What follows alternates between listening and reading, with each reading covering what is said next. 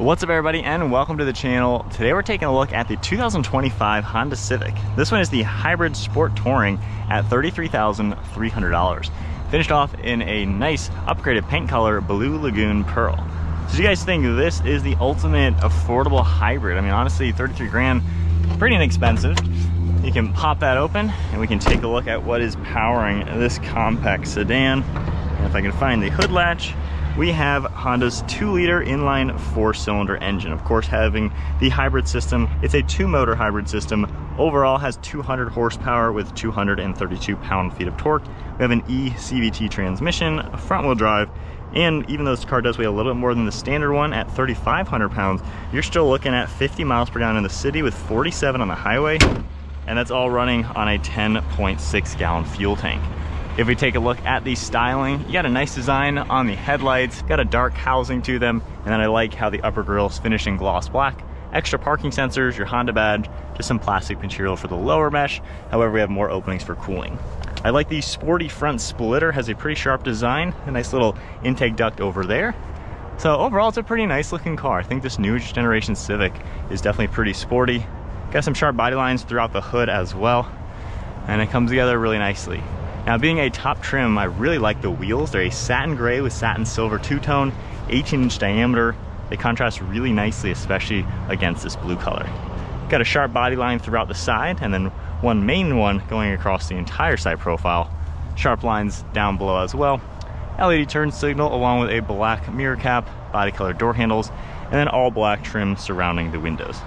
Got a sunroof up on top along with a shark fin antenna. And then for the Civic sedan, has a pretty nice side profile. Definitely can't complain, pretty good proportions all around.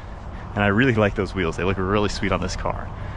Nice angles at the rear. You can also see the rear fender having a slight bulge to it. And then the trunk itself has a nice little lip spoiler integrated.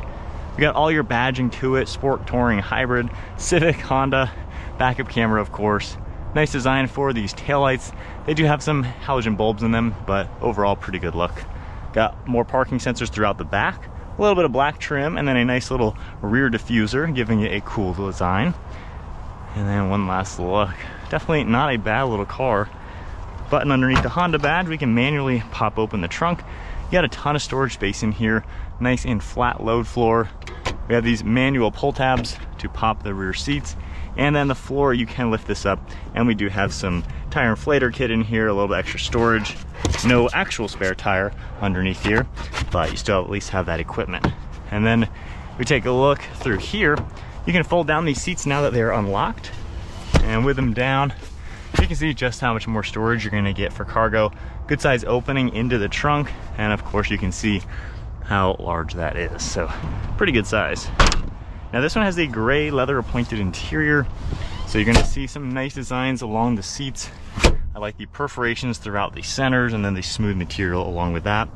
For amenities, you really just have the armrest and cup holders, no air vents or anything, then just a little bit of storage. Door panel has this gray accent, a little bit of black trim, some harder plastic back here, padding for the armrest, and some plastic trim. And then at 5'11" sitting in here, really good legroom and footroom, good headroom as well.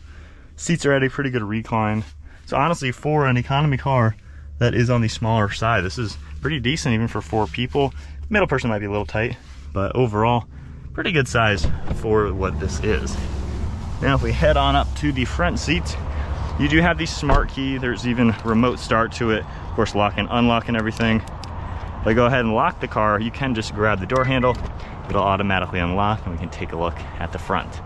So for the front door, you do have a little bit more soft touch material up above. The same insert, nice padding, all of your controls, trunk button, and then an 8-way power dusting driver's seat. And again, the leather trim seats look really nice. I like these sporty bolsters, the two-tone design, gray stitching as well. And then the steering wheel has a nice 3-spoke design.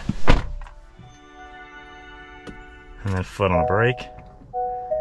Firing it up, it may not always turn the engine on, just depending on the battery. But you have a nice black leather wrapped steering wheel with contrast stitching, this silver design to it. Some Bluetooth and audio controls on the left side, cruise control over on the right. And then for the LCD display, you can configure the left side and see a few different things for audio that will pop up. You can also hide and show a few extra things on this left side. So nice to see just a few things right there. I then exit out of there, you can go back and see the Bluetooth. Right side, you can also scroll these two scroller wheels, and you're going to see a few things that will pop up. So pretty nice layout as well. You have your actual gas gauge, then your battery over here. You have the paddle shifters as well, which we'll test out while driving. And then you can also see the stock on the right for windshield, stock on the left for turn signal and headlights. One of your air vents with interior dimming, traction controls down here. A nice soft touch material for the dashboard. And then I like the overall new look. It looks pretty cool, especially with this mesh design for the entire air vents. And then the screen, slight updates from 2024. You have some of the Google integration, Apple CarPlay shortcuts over here. Then you can scroll left and right and see a few more things. Got the power flow that will pop up. We have a physical back button as well as a home button as well. So pretty nice layout overall. If I go in reverse, you're going to see that backup camera popping up. Got a few different views as well with all your guidelines. And then climate control, you have physical buttons down below. So temperature, very easily accessible. Different zones, dual zone temperature itself, heated seats. And then down below we have a wireless phone charging pad with plugs. And then more of that cool textured plastic material. Now for the drive modes, we can control this. You have an eco mode, you can go into a normal, sport, and individual, you can actually adjust. So if I hit customize, you're gonna see a few things popping up for the engine sound, the gauges, power, and steering. So kind of neat to see that in the hybrid, which you're normally used to seeing in the more sporty versions, but pretty cool nonetheless. Electronic park and brake, nice padding for the armrest, extra storage, and then a good sized glove box. One last look at the interior.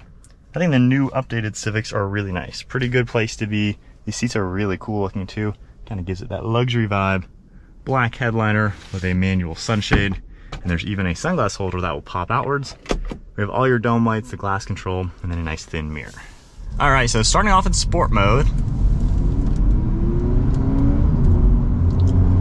So with the engine sounds on, because that's what sport mode kind of gives you, you do get a little bit of a sound, which is kind of neat. So it adds a little sporty touch to, what is an economy focused hybrid. So kind of neat to see that in sport mode. It is pretty peppy with the electric system. When you first touch the throttle, honestly, it gets up and moves. It's not obviously a fast car, but it's pretty peppy for what it is. The EV power really assists the engine to where you're not gonna stress the engine so much if you have to floor it or something, because the electronics are helping it out. So it's a nice car to drive, pretty peppy the way it's set up.